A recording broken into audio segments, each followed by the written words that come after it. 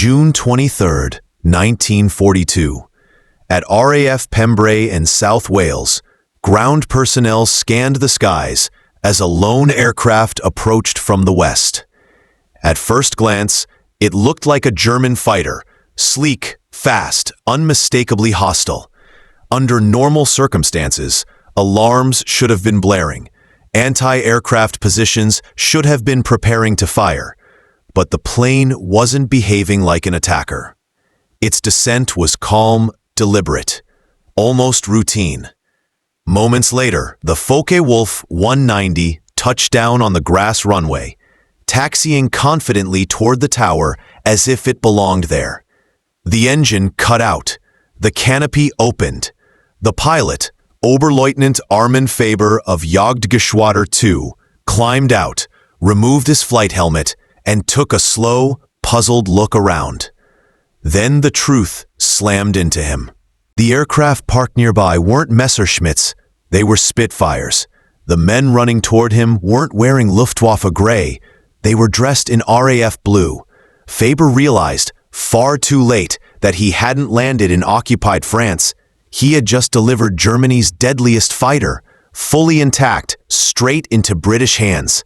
Within minutes, British intelligence was electrified.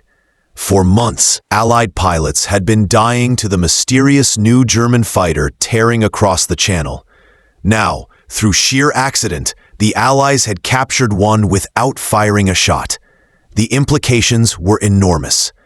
And what American test pilots would uncover later would reshape every Allied tactic in the skies over Europe. The Focke-Wulf 190 had been terrorizing the RAF since September 1941.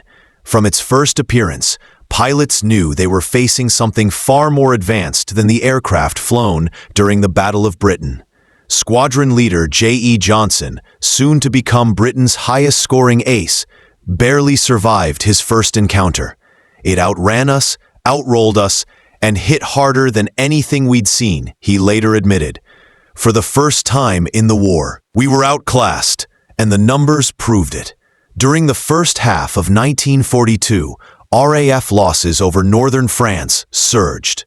Veterans who had survived years of combat were now being cut down by an aircraft they couldn't chase, outmaneuver, or outshoot. The FW-190 dove faster than the Spitfire Mark V, rolled quicker, and delivered staggering firepower through its 20mm cannons. American flyers arriving in Europe received blunt warnings. Avoid rolling fights. Avoid low-altitude dives. Avoid any maneuver the FW-190 excelled at. The do not list was long. The here's how to beat it list was almost empty. Allied intelligence desperately needed a captured specimen to study. Every FW-190 shot down over Britain had been too shattered to analyze. Then Faber made his fatal navigational mistake. Despite what many assume, Faber wasn't inexperienced. At just 21, he already had a solid kill record and flew with one of the Luftwaffe's most respected fighter wings. On June 23rd, he was providing top cover for bombers striking British coastal targets. But during the return flight, heavy clouds, high-G maneuvering, and shifting sunlight disoriented him. After a sharp turn during a dogfight, he unknowingly reversed course.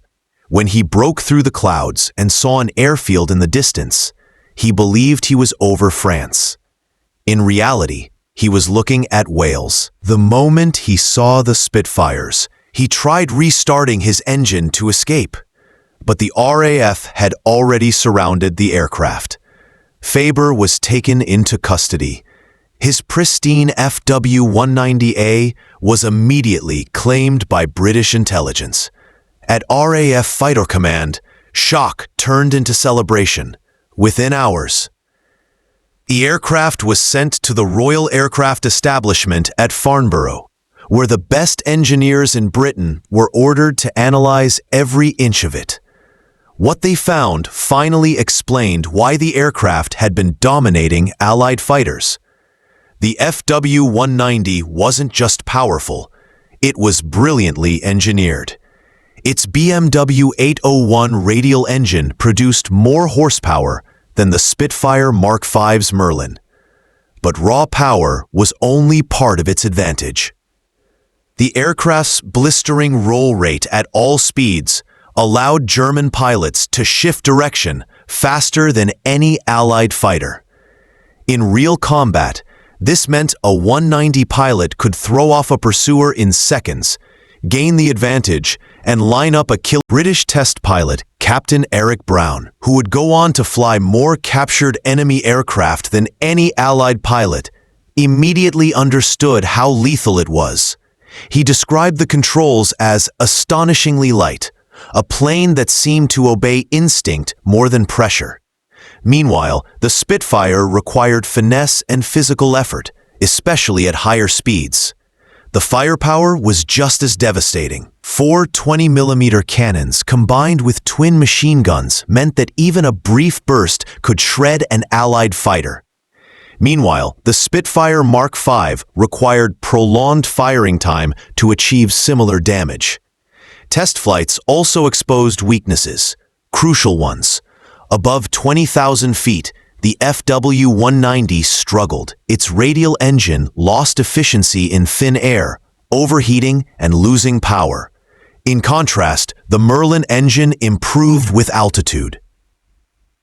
This meant the previously unbeatable German fighter had a clear ceiling where its power dropped sharply. The FW-190 also suffered from extremely heavy controls in high-speed dives. While it could dive faster initially, pulling out required immense strength, creating a dangerous vulnerability window. Armed with this information, the RAF issued immediate tactical revisions. Then they went further.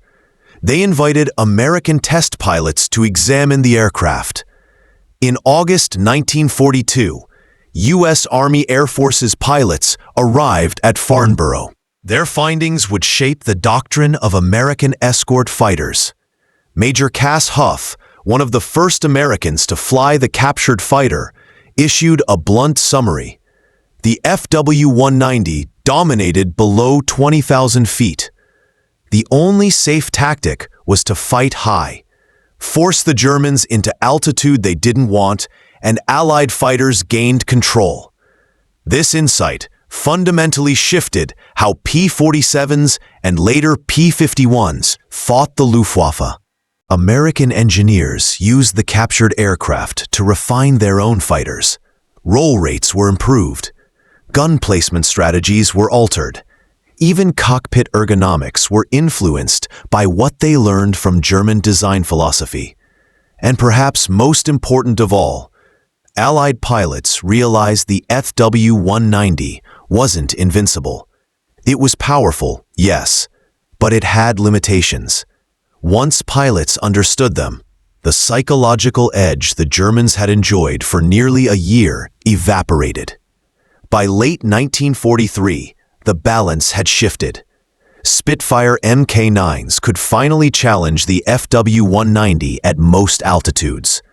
American Thunderbolts and Mustangs exploited its weaknesses, dragging fights higher where the FW-190 lost its edge. German aces noticed the difference immediately. Joseph Pipps Priller wrote in frustration that American pilots clearly understood the 190's strengths and its fatal weaknesses. Faber's aircraft stayed at Farnborough for the rest of the war.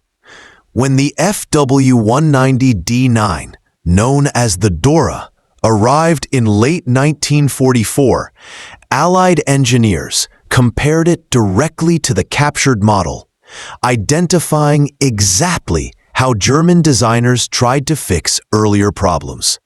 Historians today agree that Faber's mistake was one of the most valuable intelligence gifts the Allies received. Knowledge from the captured FW-190 saved countless lives by reshaping training, tactics, and aircraft design. Captain Eric Brown later wrote that Faber's landing gave the Allies the key to understanding German fighter development. Faber himself spent the remainder of the war in a Canadian POW camp. He survived, returned to Germany after the war, and lived until 1976. Though initially blamed by his superiors, later analysis acknowledged that even elite pilots could become disoriented in chaotic air combat. The lesson is clear. Technological superiority is temporary. Once an opponent understands your strengths and weaknesses, any advantage can be neutralized. The FW-190 was a masterpiece, but it wasn't perfect. Its dominance lasted only until the Allies understood the compromises behind its design.